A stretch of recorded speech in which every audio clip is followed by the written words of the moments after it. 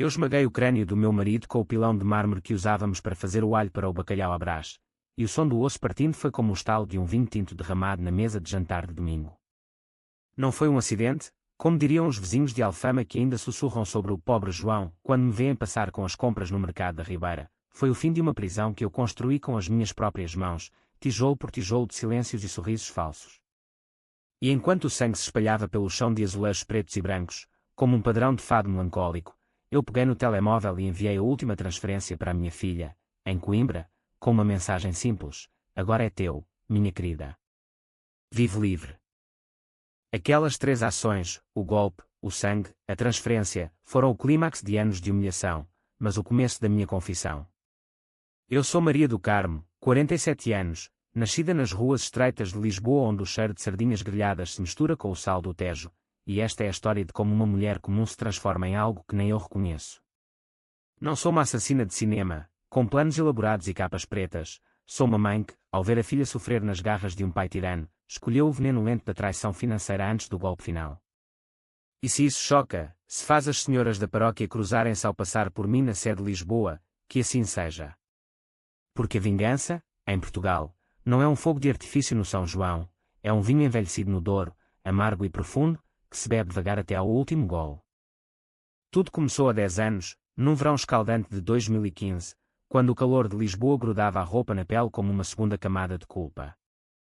Eu e o João tínhamos casado jovens, aos 20 e poucos, num casamento simples na igreja de São Roque, com o padre a abençoar-nos sob os lustres dourados que pareciam prometer um futuro de estabilidade. Ele era carpinteiro, das oficinas do Bairro Alto, com mãos calejadas que cheiravam a madeira de pinho e verniz. Eu, costureira numa pequena loja perto do Chiado, bordando vestidos para as turistas que vinham sonhar com o Império Perdido. A nossa filha, Ana, nasceu logo no primeiro ano, um bebê rechonchudo com olhos castanhos que me faziam lembrar os das minhas avós alentejanas, fortes como a terra seca de Évora. Os primeiros anos foram bons, ou pelo menos fingíamos que eram. Acordávamos com o som dos elétricos a tilintar na Praça do Comércio, partilhávamos o pequeno almoço de pão com queijo da Serra e café forte, e à noite, deitávamos-nos com o rumor distante do fado vindo das casas vizinhas. Mas o João mudava devagar, como o Tejo que sobe com a maré sem que ninguém note até estar submerso. Começou com as birras no trabalho, os clientes são uns porcos, Maria, querem tudo de graça, e depois as noites fora, alegando copos com os colegas no Tasca do Chico. Eu perdoava, porque o amor em Portugal é assim, teimoso como uma oliveira centenária, retorcido mas vivo. Então veio a amante. Descobri-a por acidente, num dia de outono chuvoso de 2014, quando o vento do Atlântico batia nas janelas do nosso apartamento no 3º andar da Rua da Madalena. Eu estava a arrumar as faturas na gaveta da cozinha, procurando o recibo do gás que o senhorio insistia em cobrar em atraso, e encontrei o envelope escondido debaixo de uma pilha de jornais do Público. Dentro, não era dinheiro, era uma carta, escrita numa caligrafia floreada que não era a dele, com perfume de lavanda que me revirou o estômago. Meu amor, o nosso ninho em Cascais espera por ti. Deixa a bruxa e vem para mim. Assinada, Sofia. Sofia. O nome ecoou na minha cabeça como um grito de gaivota sobre o cais das colunas. Eu conhecia-a vagamente, uma vendedora de 28 anos na boutique de roupa fina do Rossio, com cabelos loiros tingidos e um riso que soava a vidro partido. O João devia tê-la conhecido nos intervalos das obras, talvez num café ali perto, onde os homens falam de futebol e mulheres como se fossem troféus do Benfica. Sentei-me na cadeira de madeira gasta, o envelope tremendo nas minhas mãos, e pela primeira vez em anos, chorei sem som, para não acordar a Ana que dormia no quarto ao lado, sonhando com as bonecas que eu lhe costurara com retalhos de linho. Não o confrontei nessa noite. Em vez disso, guardei a carta no meu bolso do avental e continuei a ferver o caldo de peixe para o jantar, o vapor subindo como fantasmas da minha ilusão perdida. Quando ele chegou, cheirando a cerveja e a culpa mal disfarçada, eu sorri e servi-lhe o prato, perguntando pelo dia como se nada. Mas dentro de mim, algo se partira, não o coração, que já estava endurecido como o pão alentejano do dia anterior, mas a confiança, essa teia fina que une uma família como as rendas que eu tecia. Nos meses seguintes, observei-o como uma detetive das ruas de Lisboa, onde os segredos se escondem nos becos escuros. Ele começou a trazer menos dinheiro para casa, alegando os impostos subiram, Maria, o governo nos come vivos. Mas eu via os novos sapatos italianos no armário, o relógio de ouro que brilhava no pulso quando ele saía para reuniões. E a Ana, a minha pobre Ana, de 16 anos então, começava a definhar, notas a cair na escola em Belém, olheiras profundas como as sombras do mosteiro dos Jerónimos, e perguntas sussurradas à noite: Mãe, por que é que o pai grita tanto? Ele não me ama. Ele gritava, sim. O João, que outrora cantava fados suaves na guitarra que herdara do pai, transformara-se num tirano doméstico, culpando-a por tudo, pelas notas baixas, pela sujidade na casa, pelo facto de ela não ser uma rapariga como deve ser. Eu intervinha, claro, mas as minhas palavras eram como folhas ao vento do Guadiana, voavam sem peso. A Ana refugiava-se nos livros, sonhando com a universidade em Coimbra, longe daquela prisão de paredes caiadas e cheiros a mofo. Quero estudar literatura, mãe, dizia ela, os olhos brilhando como as luzes do 25 de Abril na ponte. Quero escrever histórias onde as mulheres ganham. Eu prometia-lhe o mundo, mas o que tinha eu? Um salário de miséria da costura, e o dele, que escorria para as mãos daquela Sofia como vinho para um copo rachado. Foi então que a ideia nasceu, não num momento de raiva, mas de desespero calculado, como quem planeia uma rota de fuga pelas serras do Sintra. Comecei a roubar-lhe o dinheiro, centavo a centavo, noites em que ele dormia o sono dos bêbados. Escondia as notas no forro de uma mala velha, debaixo das tábuas do soalho no quarto da Ana, e transferia para uma conta que abria em nome dela, num banco discreto do baixo Chiado. É para o teu futuro, sussurrava eu ao ecrã do telemóvel, enquanto o João roncava ao lado. Ele nunca notou, ou fingiu não notar, ocupado com as escapadelas para Cascais, onde alugaram um apartamento minúsculo com vista para o mar, financiado pelos nossos sacrifícios. Eu imaginava-os lá, ela com os seus vestidos caros e ele com as mãos que deviam estar a construir mesas para famílias honestas, em vez de mentiras. A raiva crescia em mim como era nas paredes de uma casa abandonada em Óbidos, sufocante, inevitável. Mas a vingança não era só financeira, era psicológica, um jogo de sombras onde eu o levava a duvidar de si mesmo. Comecei a plantar sementes, João, onde está o dinheiro do bónus da obra? Devíamos pagar a escola da Ana, e via o pânico nos seus olhos, o suor na testa como orvalho numa manhã de Monsanto. A Ana, bendita seja, começou a florescer com as transferências secretas. Mandava-me fotos de Coimbra, onde se mudara para a universidade com uma bolsa parcial que eu ajudei a forjar com cartas de recomendação falsas, outra pequena traição, mas necessária. Obrigada, mãe. Sinto-me livre pela primeira vez. As palavras dela eram o meu oxigênio, o antídoto para o veneno que o João ingestava na nossa vida. Mas ele descobriu, eventualmente. Não o roubo total, mas fragmentos, uma fatura esquecida, um extrato que caiu do meu casaco. O que é isto, Maria? Estás a esconder dinheiro da nossa filha? Gritou ele uma noite, os punhos cerrados como martelos na oficina. Eu neguei, chorei, fingi arrependimento, mas dentro de mim, o plano avançava. A vingança final cozinhava-se devagar, como um cozido à portuguesa no forno de lenha, camadas de carne, batata e segredos. Ele começou a vigiar-me, a trancar as portas, a acusar-me de infidelidade, ironia cruel, vinda de um homem que dividia o corpo com outra. A Ana ligava, preocupada: Mãe, vem para cá. Deixa-o.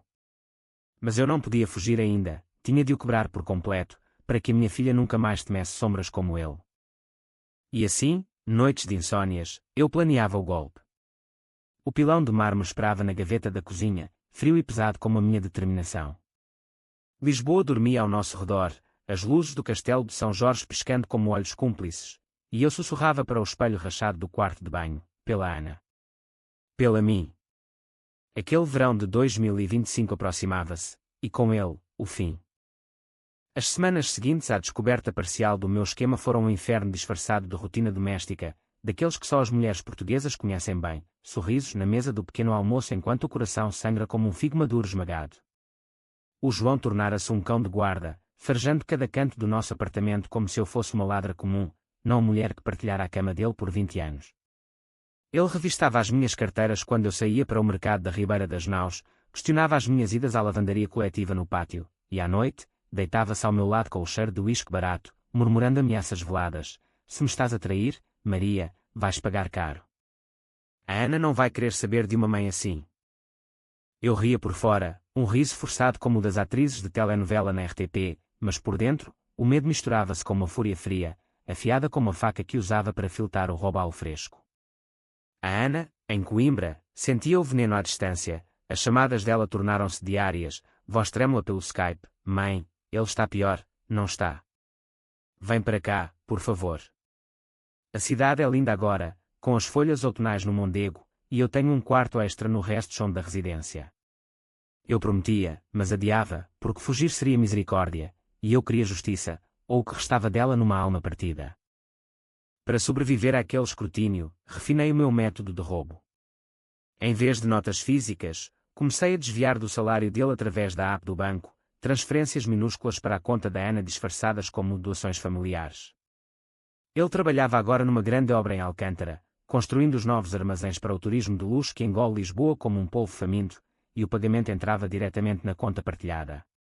Eu esperava que ele saísse para o almoço, bifanas no tasquinho da esquina, com mostarda e cerveja Superboc, e então, com os dedos a tremer ligeiramente no telemóvel antigo que eu usava para não levantar suspeitas, movia o dinheiro. Cada clique era uma vitória pequena, um tijolo na muralha que eu erguia entre ele e a liberdade da nossa filha. Mas o psicológico era o verdadeiro campo de batalha. Comecei a usar as próprias fraquezas dele contra si.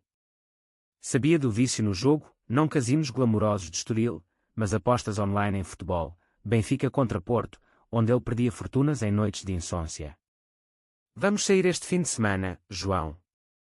Para Sintra, como nos primeiros tempos", sugeria eu, e ele mordia a isca, gastando em jantares caros no Montemar, enquanto eu desviava o equivalente das nossas poupanças conjuntas.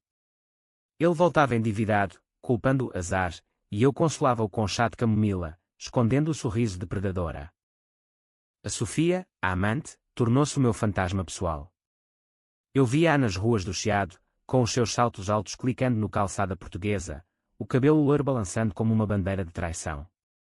Uma vez, cruzei-me com ela na pastelaria Versalhes, onde o cheiro de pastéis de nata me revirou o estômago.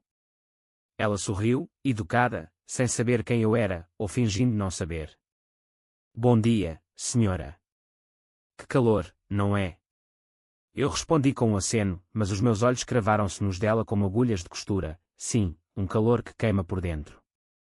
Ela piscou, confusa, e eu saí com o pacote quente nas mãos, imaginando como seria esmagar aquela arrogância com a verdade. A Ana, enquanto isso, prosperava. As transferências acumulavam-se, já passavam dos 10.000 euros, o suficiente para um ano de propinas e um pequeno apartamento partilhado perto da Universidade de Coimbra. Ela mandava-me fotos, ela e as amigas na cama das fitas, com as capas académicas vermelhas esvoaçantes, copos de gin tónico na mão, visitas ao convento de Cristo em Tomar, onde as janelas manuelinas filtravam a luz como memórias puras. "Mãe, isto é graças a ti. Sinto-me forte, como tu." As palavras dela alimentavam-me, mas também doíam, porque eu sabia que o preço seria alto. O João começava a desconfiar mais, as discussões escalavam para empurrões, nada que deixasse marcas visíveis, mas o suficiente para me fazer esconder os hematomas debaixo das mangas compridas, como as mulheres do Alentejo escondem as lágrimas nos campos de cortiça. Numa noite de novembro, com a chuva a martelar as telhas como um tambor de fado, ele explodiu. Tínhamos jantado ensopado de borrego, receita da minha mãe de Évora, e ele bebia vinho do Alentejo como se fosse água. "Admite, Maria. Estás a roubar-me para aquela puta da tua filha." O copo voou contra a parede, estilhaçando-se em fragmentos que brilhavam como lágrimas no chão. Eu recuei, o coração a galopar como um cavalo selvagem nas praias da costa da Caparica, mas mantive a voz calma. "Estás louco, João. É para a família." Ele avançou, as mãos no meu colarinho, o hálito quente de vinho e ódio. "A família sou eu e tu. A Ana é uma ingrata, como tu." Naquele momento, vi o futuro, anos de pancadas, de Ana a voltar para casa quebrada, de mim a envelhecer numa jaula de ouro falso. Empurrei-o, fraca mas determinada, e corri para o quarto, trancando a porta. Ele batia, xingava: "Abre, sua vadia." Mas eu já tinha o telemóvel na mão, enviando uma mensagem para a Ana: "Prepara-te. Está quase." Deitei-me na cama, o corpo tremendo, e planeei o próximo passo. O pilão esperava na cozinha, e o próximo fim de semana seria o dia de Todos os Santos, quando Lisboa se enche de flores nos cemitérios e almas errantes. Perfeito para uma alma como a dele partir. Os dias seguintes foram uma dança perigosa. Eu fingia normalidade, compras no Pingo Doce, visitas à igreja de Santa Maria Maior para acender velas a Nossa Senhora da Conceição, que protege as mães traídas. Mas à noite, sozinha, eu revivia as memórias, o dia em que o João me pediu em casamento no Mirador da Senhora do Monte, com Lisboa aos nossos pés como um tapete de luzes, o nascimento da Ana no Hospital de Santa Maria, o seu choro misturado com o tráfego da avenida. Como é que o amor azeda assim? Como o vinho que fermenta mal, tornando-se vinagre que corrói tudo. Contactei um advogado discreto em Coimbra, um amigo de um amigo da Ana, especialista em divórcios amargos. Guarde tudo documentado, Senhora do Carmo. Os abusos, as finanças. Eu gravei as discussões no telemóvel escondido na saia, vozes distorcidas como ecos num túnel do metro. E continuei as transferências, agora mais ousadas, 500 euros de uma vez, para livros, da Ana. Ele notou, claro, o saldo da conta a cair como maré baixa no Tejo, e as acusações voaram. Estás a dar para outro homem. Eu ria, histérica por dentro, se ao menos ele soubesse que o outro era a nossa carne e sangue. A tensão acumulava-se como nuvens sobre a Serra da Arrábida, prestes a rebentar. A Ana implorava, mãe, sai daí. Eu venho buscar-te de comboio. Mas eu negava, teimosa como uma romeira em Fátima. Precisava de o ver quebrar, de o deixar sem nada, nem dinheiro, nem orgulho, nem ilusão de controlo. E então, no dia de Todos os Santos, com o cemitério dos prazeres cheio de cravos vermelhos, eu agiria. O pilão seria a minha oração final. O dia de Todos os Santos amanheceu cinzento em Lisboa, com uma garoa fina que molhava as ruas como lágrimas de arrependimento tardio, mas eu acordava com uma clareza que não sentia desde a juventude, quando corria pelas praias de Cascais sonhando com um amor eterno. O João ainda dormia, ressonando como um motor avariado, o corpo espalhado na cama como se fosse dono do mundo. Desci para a cozinha em silêncio, os pés descalços frios no azulejo, e preparei o pequeno almoço, ovos mexidos com chouriço, pão torrado e café da Nespresso que ele insistira em comprar para impressionar a Sofia. Cada movimento era deliberado, uma despedida ritual aos anos de servitude.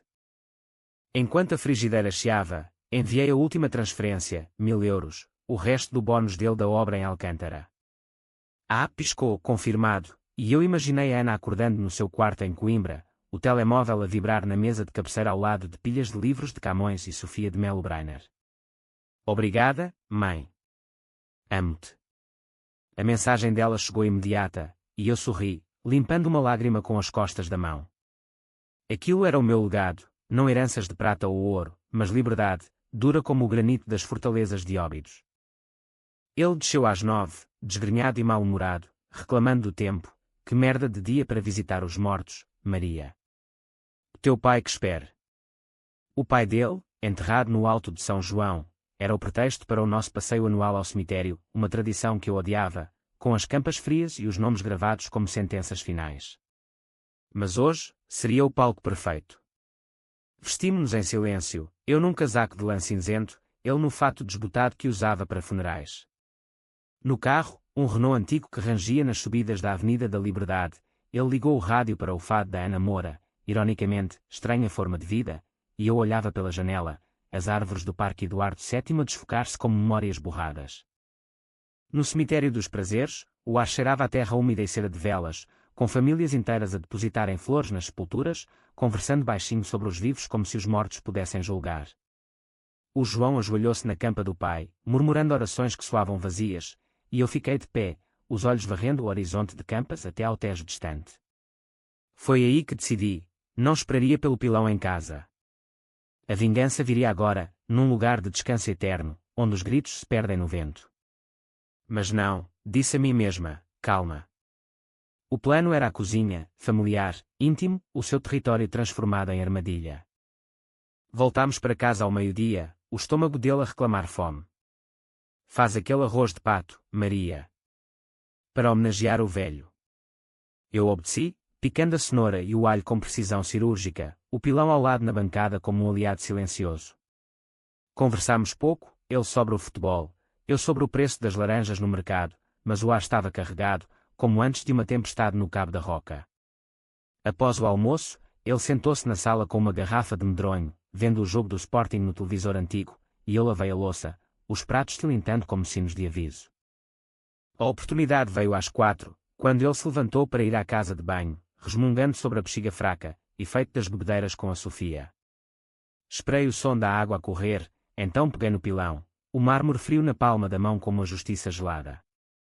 Voltei à cozinha, fingindo arrumar, e quando ele reapareceu, encostado ao balcão a beber água diretamente do jarro, perguntei casualmente: João, o que farias se eu te traísse?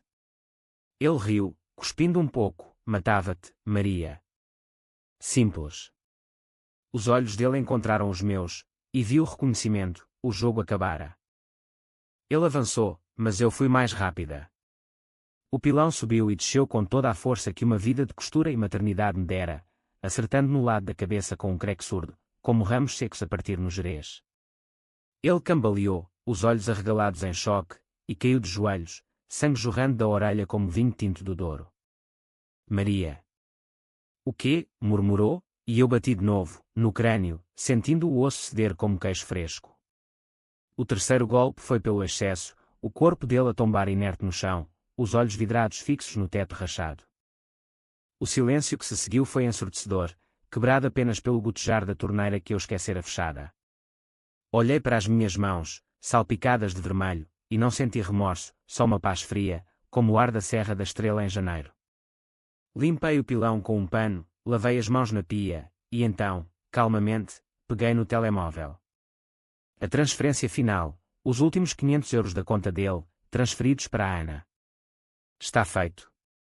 Vive, minha filha. Mas a vingança não parava aí. Enquanto o corpo esfriava, eu arrastei-o para o quarto, pesando cada passo como uma penitência, e vestiu com o fato de domingo, como se fosse para uma missa. Escrevi uma nota na mesa da cozinha: perdoa-me, João. O amor acabou. Não era verdade, mas serviria para os polícias que viriam. Liguei para a Sofia, sim, eu tinha um número, roubado de um recibo antigo, e disse, com voz trêmula: ele está morto. Vem buscar o que é teu. Ela chegou meia hora depois, pálida como leite coalhado, e encontrou-me sentada ao lado do corpo, chorando falsamente. O que fizeste? Sussurrou ela, os olhos no sangue seco. Eu levantei-me, lenta, e disse: o que tu começaste. Agora, leva as tuas coisas e desaparece, ou conto tudo à polícia, as noites em Cascais, o dinheiro roubado da família. Ela tremeu, pegou numa caixa de joias que eu preparara com as bugigangas dele, e fugiu porta fora, os saltos e quando na escada como um adeus apressado. Sozinha de novo, liguei para o 112, voz quebrada: o meu marido. Ele caiu, oh Deus, caiu mal. Os paramédicos chegaram rápido, luzes azuis pescando na rua estreita como estrelas caídas, e os vizinhos espreitaram das janelas, cruzando-se. Um acidente, disse eu, soluçando, e eles acreditaram: um homem bêbado, uma queda infeliz. A polícia veio depois, perguntas rotineiras, e eu respondi com a prática de quem costura mentiras há anos. A Sofia nunca reapareceu, ouvi dizer que fugira para o Algarve, esperando um barco para a Espanha. A Ana chegou nessa noite, de comboio de Coimbra, os olhos vermelhos de choro mas firmes como carvalhos da Serra da Lousã. Abraçamo-nos na cozinha ainda com o cheiro de morte, e eu sussurrei: agora é nosso. Ela não perguntou detalhes, talvez soubesse, no instinto das filhas. Limpámos juntas, não o sangue, mas a alma, e no dia seguinte, vendemos o apartamento por um preço decente, o suficiente para nos mudarmos para um T2 modesto em Alfama, perto do fado que cura feridas. Mas a paz era ilusória. Nas noites seguintes, sonhava com o rosto dele, os olhos acusadores, e acordava suada, questionando se a vingança me libertara ou acorrentara mais. A Ana estudava, brilhava na universidade, mas via o peso nos meus ombros: mãe, foi justiça, não assassinato. Eu acenava, mas no fundo, sabia que em Portugal, onde a história é tecida de ditadores e resistências, a linha entre as duas é fina como fio de linho. Os meses após a queda do João passaram como o Douro em cheia, turbulentos, carregados de detritos emocionais que eu tentava varrer para debaixo do tapete da nova vida em Alfama. O apartamento novo, no segundo andar de um prédio do século XVIII com vista para o mirador das Portas do Sol, cheirava a tinta fresca e a possibilidade, mas as noites traziam o eco do golpe, o som úmido do impacto que me acordava em pânico, mãos estendidas como se ainda segurasse o pilão. A Ana instalara-se no quarto maior, com as suas estantes de livros a invadir o espaço como vinhas em vinhedo do Dão, e pela primeira vez, ríamos juntas, de anedotas da universidade, de turistas perdidos nas ruelas, de planos para visitar o Porto no verão. Mas a culpa, essa serpente traiçoeira, enrolava-se no meu peito como era venenosa. Eu frequentava a igreja de São Vicente de Fora, acendendo velas não só pela alma do João, que Deus a tenha, se merecer, mas pela minha, manchada de sangue e mentiras.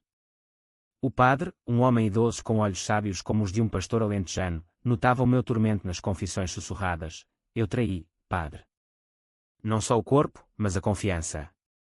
Ele absolvia-me com o sinal da cruz, murmurando sobre a redenção como o vinho que lava o paladar, mas eu saía dali mais pesada, sabendo que a absolvição era para pecados menores, não para um crânio esmagado em nome do amor materno. A Sofia, enquanto isso, era um fantasma que se recusava a dissipar. Ouvira rumores, ela trabalhava agora num bar em Barro Alto, servindo ginginha a rapazes estrangeiros que não sabiam o veneno por trás do sorriso. Uma vez, passei por lá à noite, o neon pescando fado e gin na fachada, e via através da janela embaçada, rindo com um cliente, o cabelo ainda loiro mas os olhos fundos como poços secos.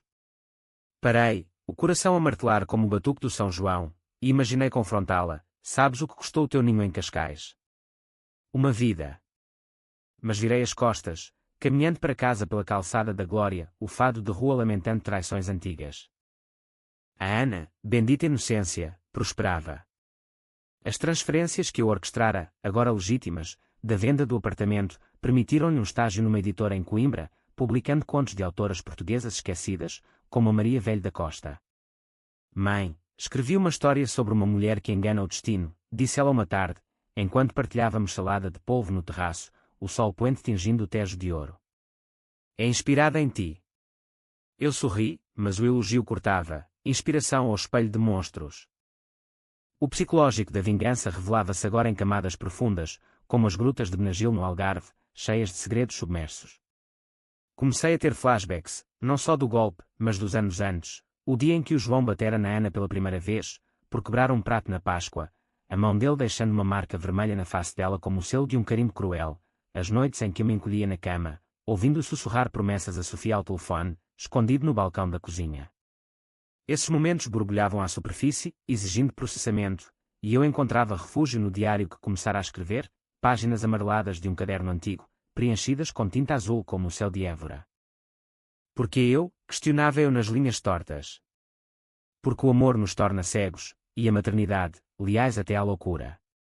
A Ana notava as minhas ausências mentais, durante os jantares de cataplana que preparávamos juntas, o vapor subindo como fantasmas. Fala comigo, mãe. O que te come por dentro? E eu falava, aos poucos, não o assassinato, mas a traição, o roubo, a decisão de priorizar o sangue do meu sangue sobre o homem que se tornara estranho. Ela ouvia, olhos castanhos fixos nos meus, e abraçava-me, fizeste o que tinhas de fazer. Ele era um veneno.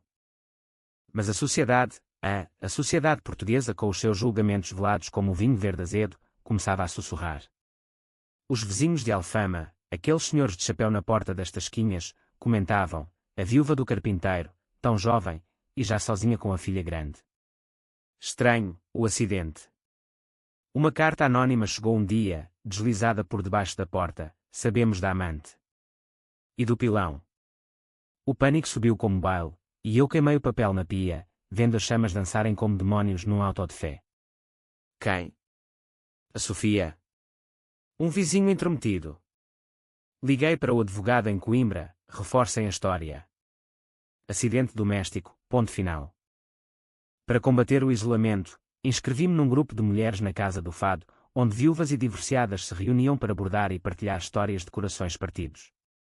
Lá, sob as lâmpadas quentes e o som de viola, confessei fragmentos, o meu marido gastava tudo em luxos, e eu guardava para a filha. Elas acenavam, solidárias, homens, Maria, são como o mar, belos mas traiçoeiros, e pela primeira vez, senti-me menos monstro, mais sobrevivente, como as mulheres que resistiram ao Salazar nas ruas de Lisboa. Ainda assim, a vingança ecoava em sonhos, via o João a erguer-se do túmulo no Prazeres, mãos ensanguentadas estendidas, acusando, ladrão de almas. Acordava gritando, a Ana a correr para o meu quarto, acendendo a luz como uma sentinela. Foi só um sonho, mãe. Mas não era, era o preço da liberdade, pago em noites insones e dúvidas que ruíam como traças em lã fina. Um dia, a Sofia apareceu à porta, não como inimiga, mas como sombra quebrada. Bateu timidamente, o rosto magro e sem maquilhagem, vestida num casaco puído que outrora fora caro. Maria. Preciso de falar. Convidei-a a entrar, o coração a bater como tambor em procissão, e sentámo-nos na cozinha, chá de ervas a fungar entre nós como uma trégua frágil. Eu sabia que ele era casado, mas... ele prometia divorciar-se. E depois, o acidente. Os olhos dela encheram-se, e eu vi não a rival, mas uma mulher tão traída quanto eu. Por que o pilão? Perguntou ela, voz baixa. Eu congelei, já queimando os dedos. O quê? Mas ela continuou, vi-te, Maria. Da janela do prédio ao lado, quando limpavas. Não foi queda. O mundo parou, o Tejo lá fora imóvel. Esperei o grito, a polícia, mas ela só chorou. Eu também o odiava, no fim. Gastava tudo, mentia. Toma. Entregou-me um USB com gravações, chamadas dele, admitindo dívidas, ameaças a ela. Para a tua paz. Eu vou embora, para Faro. Esquece-me. Ela partiu, e eu fiquei com o USB, um peso novo. Mostrei-o à Ana, prova, caso precisemos. Mas usá-lo-íamos. A vingança cicatrizava, deixando marcas, mas também força. Começámos a planear o futuro, eu a abrir uma pequena ateliê de costura no Chiado, ela a publicar o primeiro livro. Lisboa revivia à nossa volta, elétricos tilintando, fado cantando resiliência, e eu, pela primeira vez, sentia o sol na pele sem sombras. O inverno de 2025 trouxe um frio cortante a Lisboa, daqueles que penetram os ossos como o vento do Cabo de São Vicente, mas para mim, era um bálsamo, o frio clarifica, como o gelo num copo de aguardente de medronho. Com o USB da Sofia guardado na gaveta secreta, ao lado das cartas antigas do João, comecei a reconstruir. A ateliê no Chiado abriu as portas em janeiro, um espaço pequeno com máquina de costura singela herdada da avó e tecidos de linho alentejano pendurados como bandeiras de independência. As clientes vinham, turistas americanas querendo vestidos inspirados em Amália Rodrigues, locais precisando de alterações rápidas, e o tilintar da tesoura era a minha terapia, cortando não só pano, mas os fios pendurados da culpa. A Ana visitava fins de semana, trazendo o cheiro fresco de Coimbra nos casacos, histórias de seminários literários onde discutiam a mulher ao telefone, Sofia, e quando as minhas próprias chamadas secretas. Mãe, o teu diário, transforma-o em livro. É drama puro, psicológico como essa. Eu ria, mas a ideia germinava, como uma semente de sobreiro no solo árido. Escrevia à noite, após fechar a loja, as palavras fluindo como o Tejo sob as pontes iluminadas, confissões de uma viúva que não era viúva por acidente, mas por escolha. Não para publicar ainda, o medo da exposição era grande, como saltar do aqueduto das águas livres, mas para exorcizar. Entretanto, os sussurros da sociedade intensificavam-se. Um artigo no Correio da Manhã, sensacionalista como sempre, revivia o mistério da queda em Alfama, marido morre em casa, amante desaparecida. O repórter, um jovem ambicioso com sotaque madeirense, batera à minha porta dias antes, microfone em riste, Senhora do Carmo, rumores de adultério. E irregularidades financeiras. Eu fechara a porta na cara dele, mas o dano estava feito, olhares no mercado da Ribeira, telefonemas anónimos à noite, assassina. A paranoia crescia, e eu instalava trancas novas, verificava janelas antes de dormir, como uma prisioneira que trocara uma jaula por outra. Foi a Ana quem me salvou do abismo. Vamos a Évora, mãe. Visitar a tua família, as raízes.